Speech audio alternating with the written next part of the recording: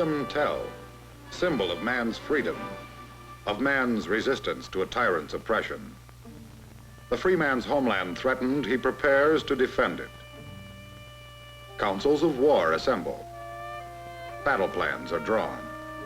First-line defenses are ready. Command takes hold. Commanding our first line of continental defense is the North American Air Defense Command, NORAD, which combines the aerospace forces of the United States with those of our neighbor, Canada. A key component of this joint military operation is the United States Air Force's Air Defense Command, ADC. ADC contributes more than 70% of NORAD's manpower and weapon support. It maintains defense bastions within and at the outer fringes of North America. The air defense mission demands the services of more than 100,000 military and civilian personnel. It is this command, ADC, which controls the USAF fighter interceptor units that form the main line of air defense for the North American continent.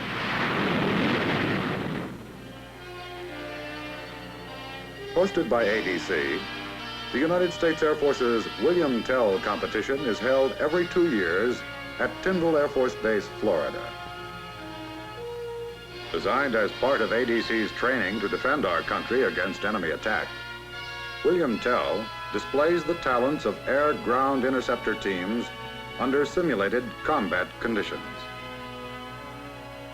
It evaluates the ability of United States and Canadian air crews to cooperate in maintaining training capabilities at the peak of proficiency.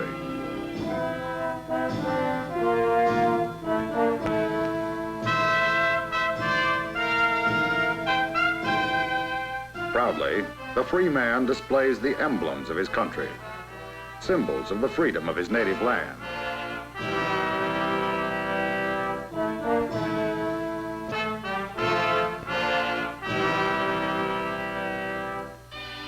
Free men are proud of the forces which guard their freedom. The ADC man is proud of his command and of his squadron.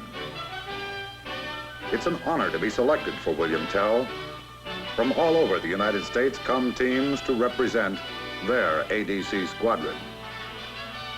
For the 1965 meet, the Air National Guard representative was a team from Eastover, South Carolina.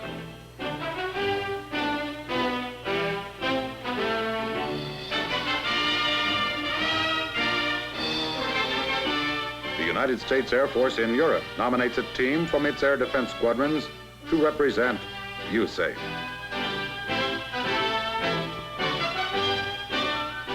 Also at the 1965 meet for the first time was an F-101 team representing our ally, the Royal Canadian Air Force.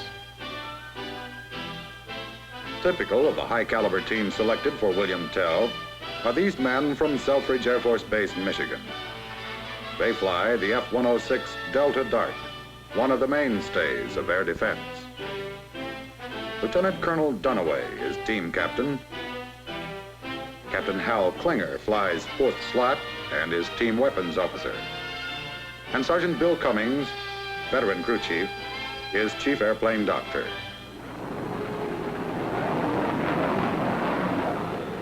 Back home in Michigan, Colonel Dunaway is commander of the 71st Fighter Interceptor Squadron. Daily, he and the pilots join together for reviews of training and emergency procedures. This briefing has been called by Captain Klinger.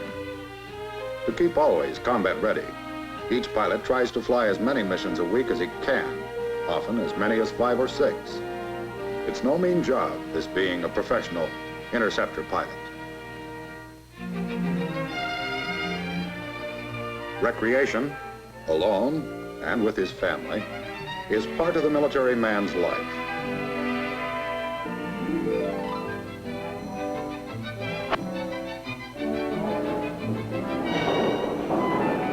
But for the ADC man, there is no guaranteed holiday. 24 hours a day, 365 days a year, he is on call. He can be summoned to work at any time.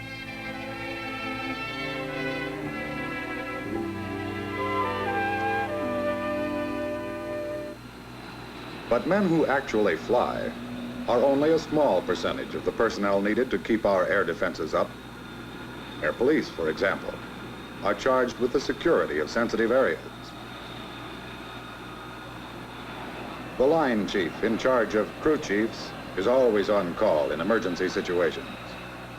And then there are the crew chiefs themselves, a very special breed. Any crew chief worth his salt feels his airplane belongs to him. And in a sense it does, for though many pilots fly it, it is upon him that there rests the responsibility for its care. Maintenance men sometimes must tear an airplane completely apart and put it back together again, tending the ills of machines that are often more delicate than people. Trained personnel maintain and issue flying gear, and a flight surgeon, one of the Air Force's flying doctors, is assigned to each squadron to ensure that no pilot goes off in less than perfect physical condition. And there are other areas of support needed to keep our air defenses up. Specialists in refueling, armament, electronics. Not to forget the tower controllers who get flight missions safely off the ground and into the air. These are the kind of men representing their outfits in the William Tell meet.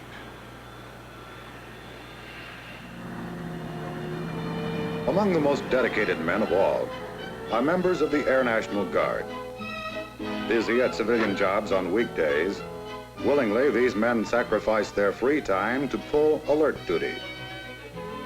Participating in events such as William Tell keeps the Guard checked out and ready for active duty when and if needed.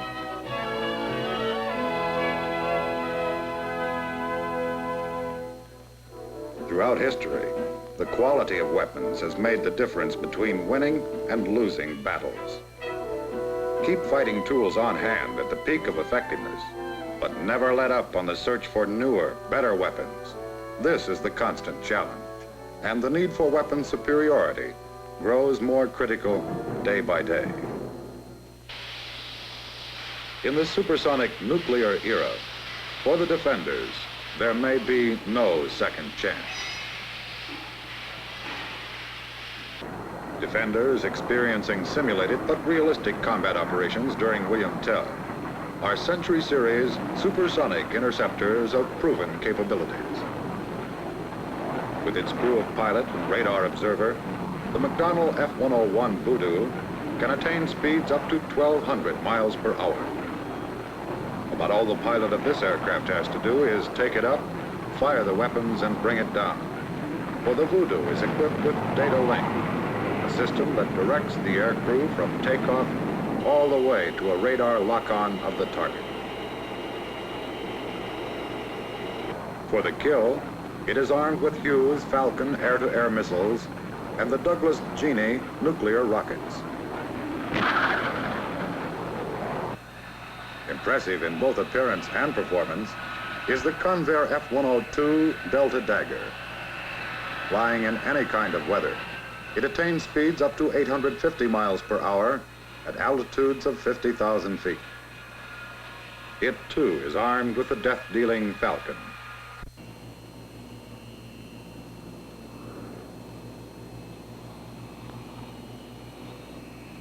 Firepower loaded on the F-106 Delta Dart includes an advanced model of the Falcon missile and the Genie rocket. A product of Convair, this Delta Wing jet interceptor is equipped with data link for automatic control. Capable of speeds up to 1,500 miles per hour, the Delta Dart is the fastest, highest flying, most advanced all-weather interceptor in the air defense inventory. The F-104 Starfighter, entering the 1965 competition after an absence of several years, is produced by Lockheed. Note the odd configuration of this supersonic interceptor. The stubby, razor-sharp wings cause it to be dubbed the missile with a man in it. For armament, it carries the sidewinder, air-to-air heat-seeking rocket, and the destructive 20mm Gatling cannon.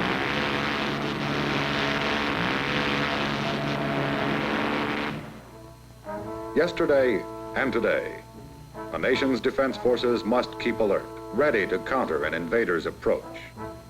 That is what military training is all about, setting up and maintaining defense capable of repelling enemy attack. Principal enemy during William Tell meets is the Ryan Firebee. This drone intruder sets up a realistic target for defending interceptors. Much, much smaller in size than any potential enemy aircraft, the Firebee target carries electronic equipment which enlarges its radar return. To the interceptor, the target appears of a size comparable to that of a potential enemy bomber.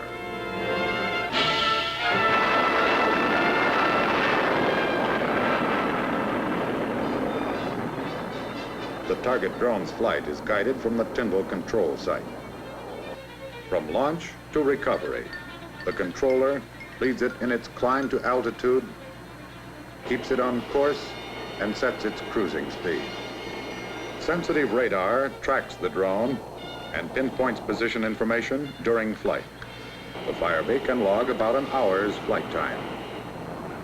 Making their initial appearances during the 1965 competition were two new quarries. This two-engine bomber, equipped with electronic countermeasures to foil air defense radars, simulated sneak attacks. Coming in unannounced during the meet from the Gulf of Mexico, it attempted to reach a predetermined target in the United States while avoiding detection. Its crew resorted to every known air tactic to evade the defending interceptors, thus inserting a man-to-man element in the contest. This enemy intruder is the new supersonic tow target. Only 8 inches in diameter and 12 feet long.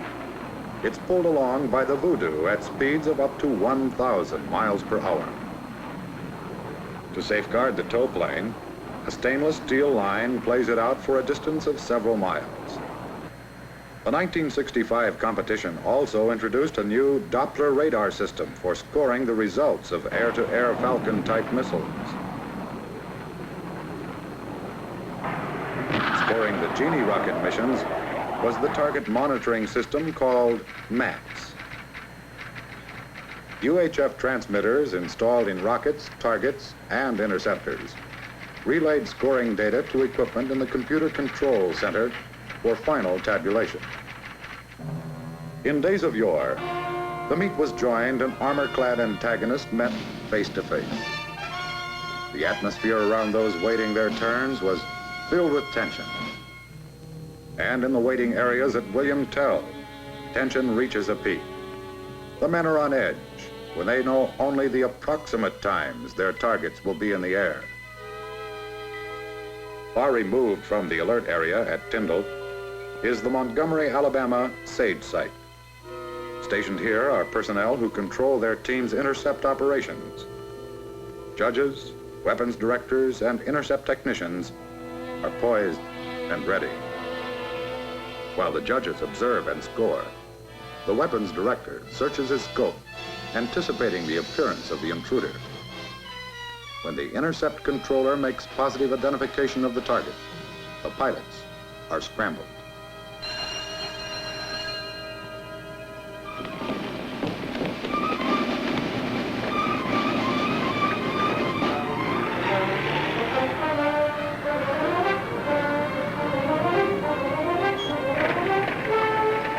As in actual battle, time is of the essence and is a major factor in the scoring.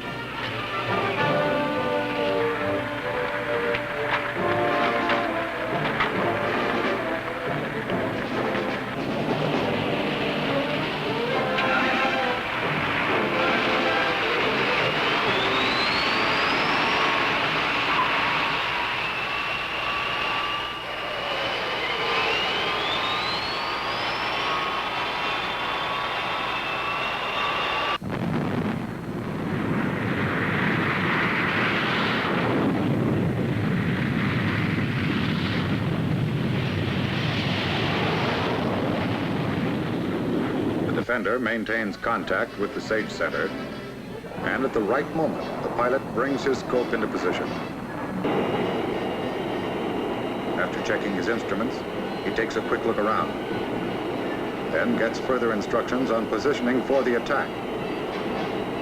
The pilot locks his sights on the target, which is now high in the air and still climbing. At stage control, the intercept director punches the track number into the computer. When the interceptor is automatically paired with the intruder, the problem belongs to the computer. The geometry of attack is piped directly into the cockpit. The pilot goes over his instruments. The stage controller guides the interceptor, which begins to close in.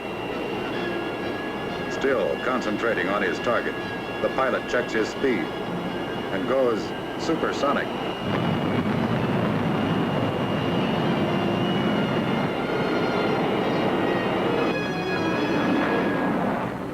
The special weapons system is tested, armed, unlocked. Last-minute scope adjustments are made. The interceptor moves in for the kill.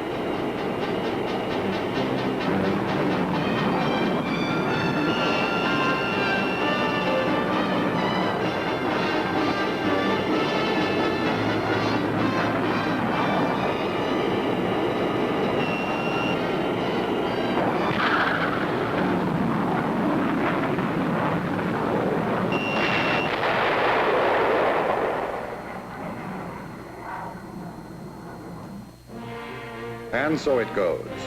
The competition keen, the pace hectic. In 1965, F-101s, 102s, and 106s each flew 4 missions. 2 on the Firebee, 1 on the supersonic tow target, and 1 on the B-57.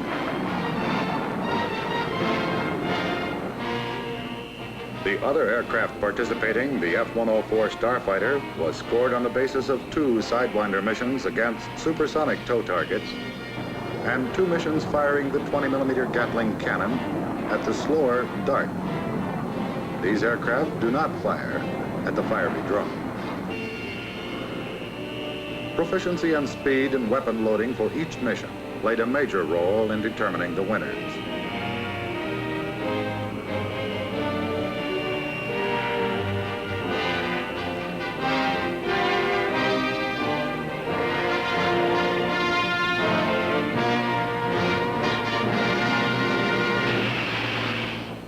William Tell's scoring is not based on direct hits which destroy costly intruder equipment.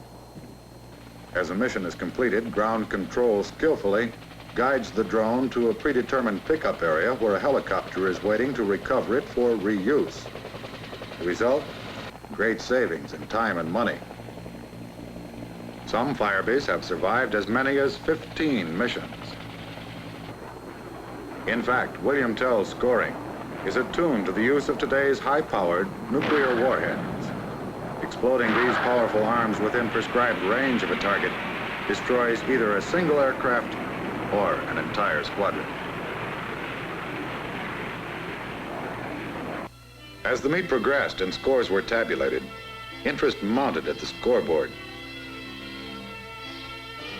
By the 3rd day, the Fighter Interceptor Squadron from Wurtsmith Air Force Base, Michigan, had built up a lead in the F-101 category, but no team could have it all their own way very long in this competition.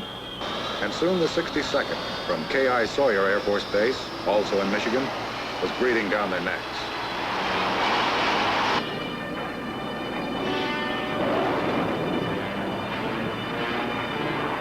First blood of the meet was drawn by Captain Vic Lucas in an F-102 Delta Dagger. On opening day, he blasted a drone right out of the sky. But by the 4th day, his interceptor squadron from Camp New Amsterdam, the Netherlands, was trailing both the 64th and the 326th squadrons by 1,000 points. The F-102 category went right down to the wire.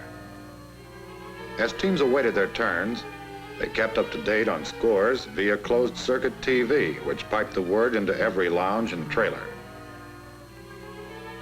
On the line, ground crews had done all they could. Preparation may have gone on into the night, but once airborne, the beautifully tuned machines were on their own. Crews now only waited. By the fifth day, Colonel Dunaway's Selfridge team was one mission down on the squadron from Minot, North Dakota. Already, the 106 category lead had changed hands 4 times. Now, the Minot boys were on top, but more switching was ahead.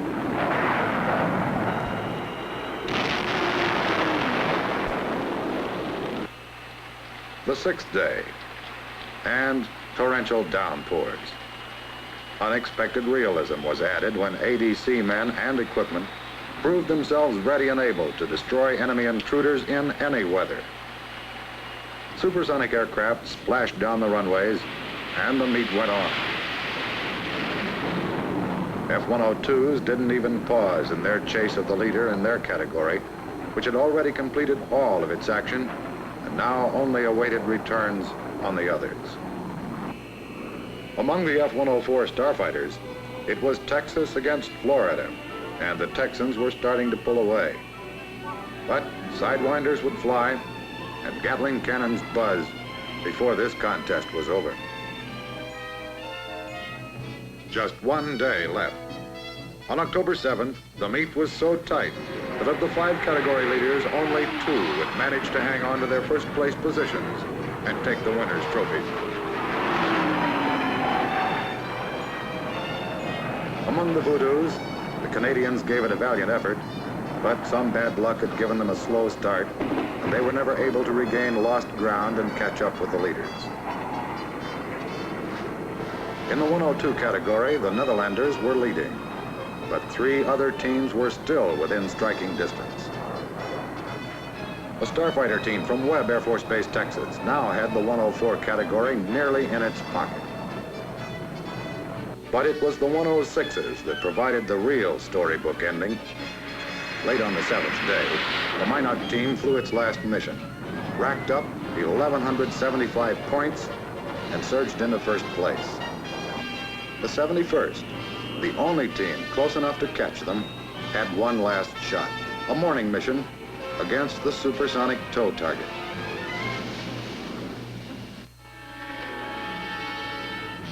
On the 8th of October, the last day of the meet, the crew chiefs were out before dawn for a last look at already perfectly prepared equipment.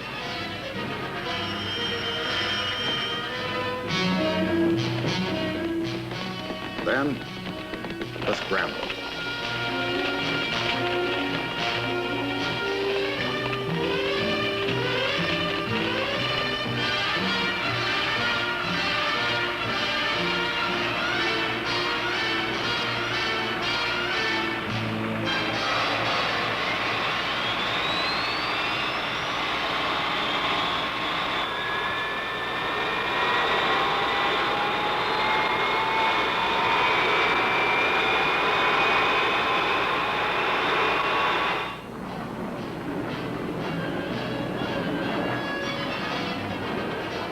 Colonel Dunaway took the lead.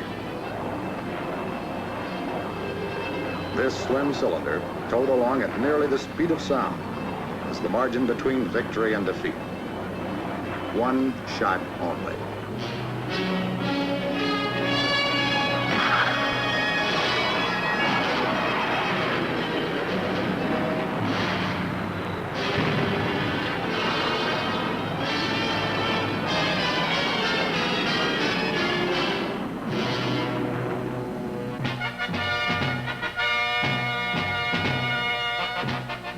To the victors belong the spoils, as true today as in days of old.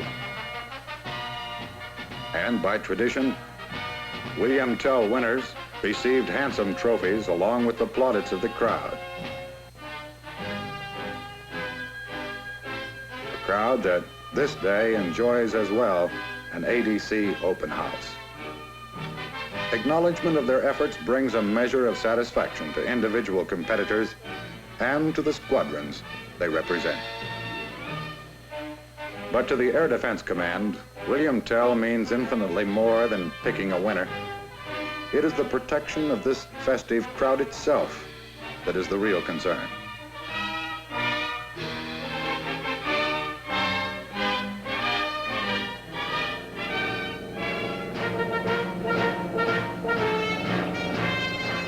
long as man values his freedom, as long as he cherishes his independence, there will be William Tells. Men ready to stand up and fight when their way of life is threatened. In World Wars I and II, American men risked their lives in the skies of 3 continents and a vast ocean.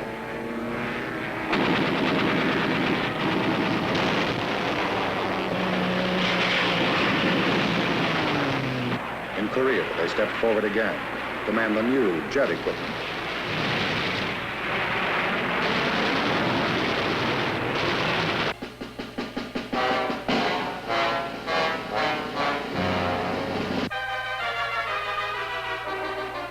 But nothing really changes. Though horse and lance are gone, today's supersonic aircraft are flown by brave men who fight because they must. And the armorers of battles past are supplanted by today's highly trained specialists. It is in the spirit of the William Tell of old that we display the capability and readiness of our fighter interceptor units against any type of enemy attack. And it is also in that spirit that they take their places as part of the deterrent posture of our country in defense of the free world.